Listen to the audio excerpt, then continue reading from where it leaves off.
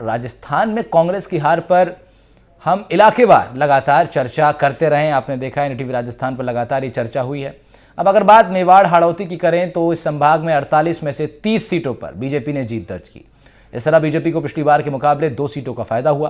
कांग्रेस ने 13 सीटों पर जीत दर्ज की और इसे 4 सीटों का नुकसान हुआ। विधानसभा अध्यक्ष CP जोशी के विश्वनाथ सिंह से नाथद्वारा से हार गए। वसुंधरा राजे झालरापाटन से फिर चुनाव जीत गई। उनके सामने कांग्रेस मजबूत प्रत्याशी नहीं दे पाई थी। कोटा के रामगंज मंडी से बीजेपी प्रत्याशी मदन दिलावर भी जीते। चित्तौड़गढ़ के निम्बाहेड़ा से श्रीचंद कृपलानी जीते। सहकारिता मंत्री उदयलाल आंजना निम्बाहेड़ी से चुनाव हार गए। कांग्रेस ने अपनी सीट गंवा दी। यहाँ पर ऐसे तमाम नाम हैं। अन्य के खाते में पिछली बार के मुकाबले 2 सीट से ज्यादा 5 आ गई इस बार इस क्षेत्र में। तो मेवाड़ हाड़ौती में जीत हार का हिसाब किताब आज ले लेते हैं और इसके लिए सबसे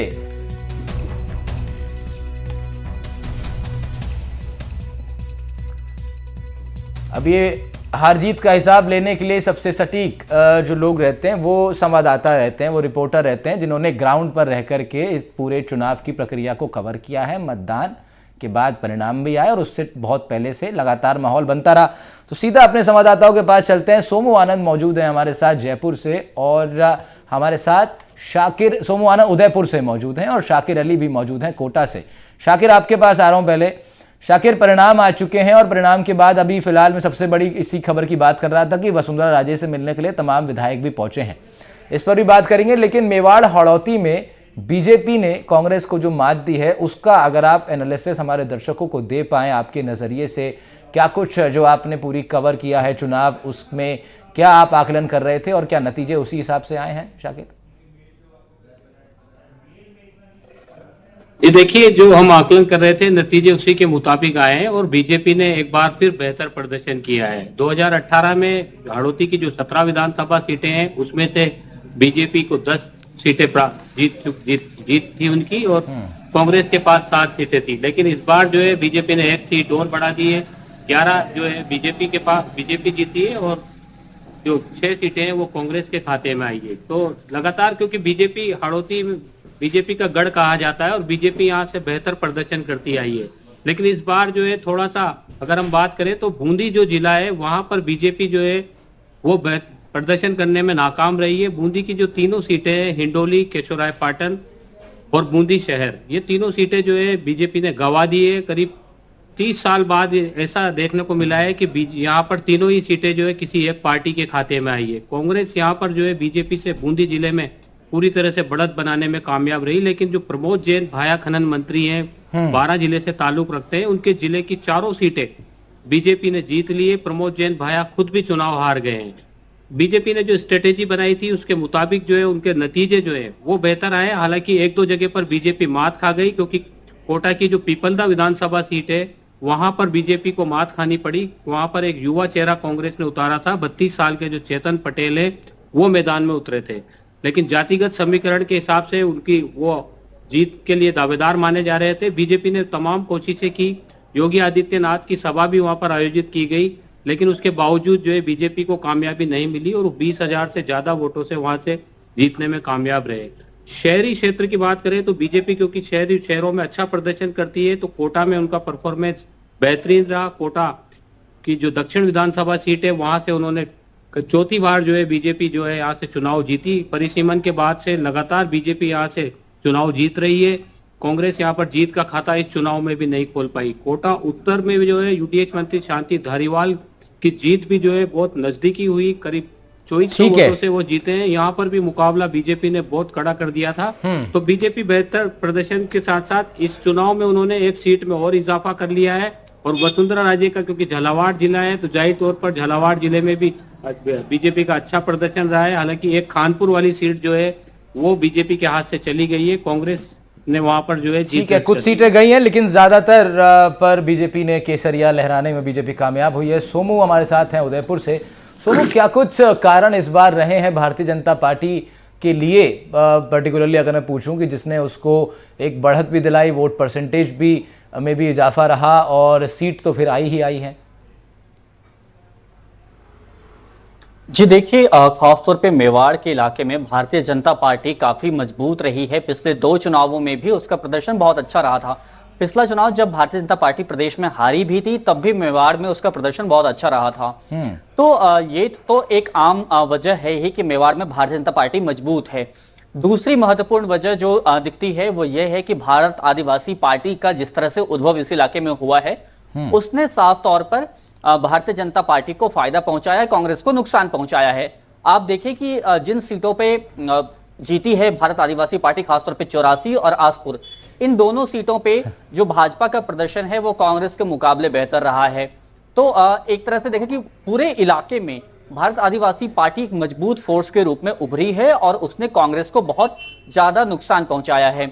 इसके अलावा जहां पर भारत आदिवासी पार्टी नहीं भी है, वहां भी चौंकाने वाले परिणाम सामने आए हैं भारतीय जनता पार्टी के पक्ष में और कांग्रेस के खिलाफ। खासतौर पे आप देखिए कि विधानसभा अध्यक्ष सीपी जोशी अपना चुनाव नाथद्वारा से हार गए। वो एक सेफ सीट मानी जा रही थी और सीपी जोशी स्वयं बहुत आश्वस्त थे कि उन्होंने जो काम किए हैं और उसकी वजह से उन्हें जीत मिलेगी। जब हमने उनसे मुलाकात की थी तो उन्होंने यही कहा था कि मेरा काम है और आप जाके लोगों से पूछिए, बात कीजिए, लोग बताएंगे कि मैं क्यों जीतता हूं यहां से। लेकिन वैसा हुआ नहीं। वो चुनाव हारे विश्वराज सिंह मेवाड़ से, जो कि मेवाड़ के पूर्व राज परिवार के सदस्य हैं। लोग यह भी कह रहे हैं कि मेवाड़ के पूर्व राज परिवार के सदस्य को उतारना भारतीय जनता पार्टी के लिए उस पूरे इलाके में फायदे का सौदा साबित हुआ और उन्होंने अपने साथ साथ आसपास के इलाकों में भी वोट दिलवाए भारतीय जनता पार्टी के पक्ष में। यह भी एक फैक्टर है। उसके अलावा उस पूरे इलाके से ही आप देखिए कि चुनाव की घोषणा के बाद प्रधानमंत्री पहली बार उदयपुर ही आए और वहीं से उन्होंने सभा की शुरुआत की। प्रधानमंत्री का चुनाव प्रचार अभियान जो शुरू हुआ वो वहीं से शुरू हुआ, चुनाव की अधिसूचना के जारी होने के बाद से।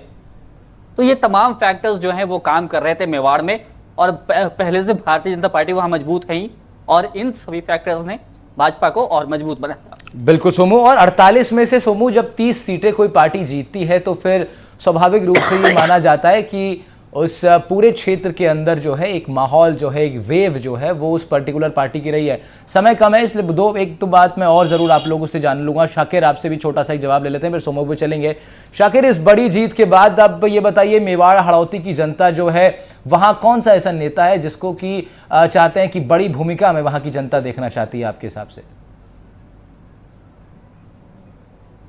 ये देखिए, जाहिर तौर पर वसुंधरा राजे क्योंकि 2 बार मुख्यमंत्री रह चुकी है और झालावाड़ हाड़ौती जो है उनका गृह क्षेत्र कहलाता है, तो वसुंधरा राजे को लेकर के लगातार जो है इस तरह की बात सामने आ रही है कि उनको जो है सीएम फेस बनाया जाना था पहले भी, लेकिन अब क्योंकि वो बीजेपी पूर्ण बहुमत में आ गई है और वसुंधरा राजे जिस तरह से उनसे उनके समर्थक मिल रहे हैं आकर के, तो कहीं ना कहीं ऐसा नजर आ रहा है, ऐसा आभास हो रहा है लोगों को कि वसुंधरा राजे जो है सीएम हो सकती है। हालांकि क्योंकि लोकसभा स्पीकर ओम बिरला का नाम भी लगातार पिछले कई दिनों से राजस्थान के सीएम की जो लिस्ट नाम आ रहे हैं उसमें नाम आ रहा है, लेकिन स्पीकर ओम बिरला क्योंकि संवैधानिक पद पर है, उनको लेकर के उनका कोई इस तरह का बयान सामने नहीं आता है। लेकिन जो अंदर खाने बात हो रही है उसमें लोकसभा स्पीकर ओम बिरला के बारे में भी चर्चा की जा रही है कि वो भी।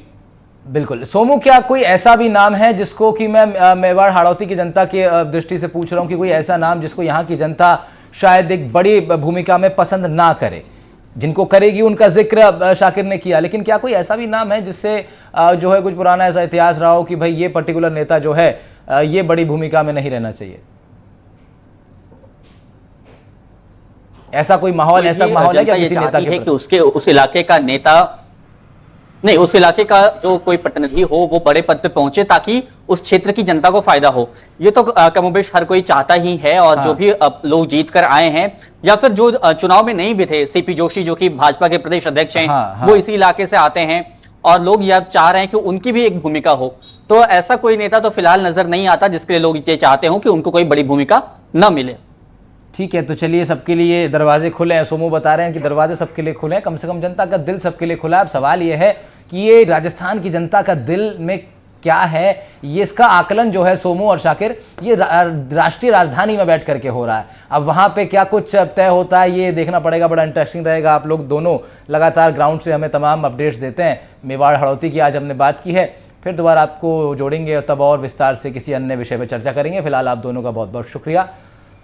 तो रेगिस्तान में कमल खिल गया है, जिस तरह से आप मेरी स्क्रीन पर भी देख रहे हैं। अब इस कमल को लीड करने के लिए एक चेहरा ढूंढा जा रहा है और साथ साथ एनालिसिस भी हो रहा है कि इस जीत को कैसे कैसे यहाँ तक पहुँचा गया, और साथ ही साथ कांग्रेस पार्टी ये विश्लेषण कर रही है कि हार के कारण क्या रहे।